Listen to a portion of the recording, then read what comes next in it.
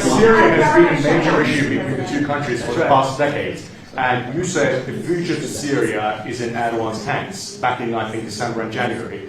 And the countries are in the process of integrating little fractures into the main government. When do you want to see that happen? Well, I think President Erdogan is the one responsible for Syria, for the successful fight in ridding Syria of its past leader. And I think this man is responsible. He doesn't take the responsibility, but it's actually a great achievement. They've been trying to do it for 2,000 years. I said, he does it. He did it. I mean, they're your surrogates. I think you should take the credit for it. I told him, take the credit.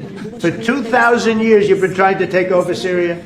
He took over Syria, and he doesn't want to take the credit. You know, all of those people are his surrogates.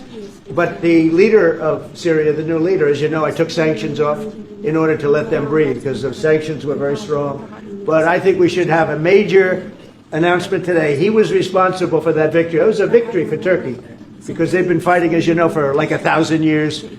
And it never went, you know, it was back and forth. But he's responsible for that. So he would have a lot to say with respect to Syria. But at his request, I took, and the request also of the King of Saudi Arabia, it's very interesting, and Qatar, they said if you could take the sanctions. We had very strong sanctions. They couldn't have lived with those sanctions, and I took them off to give them a chance to breathe. But the president was one of the people that was responsible for that. He asked me to do it.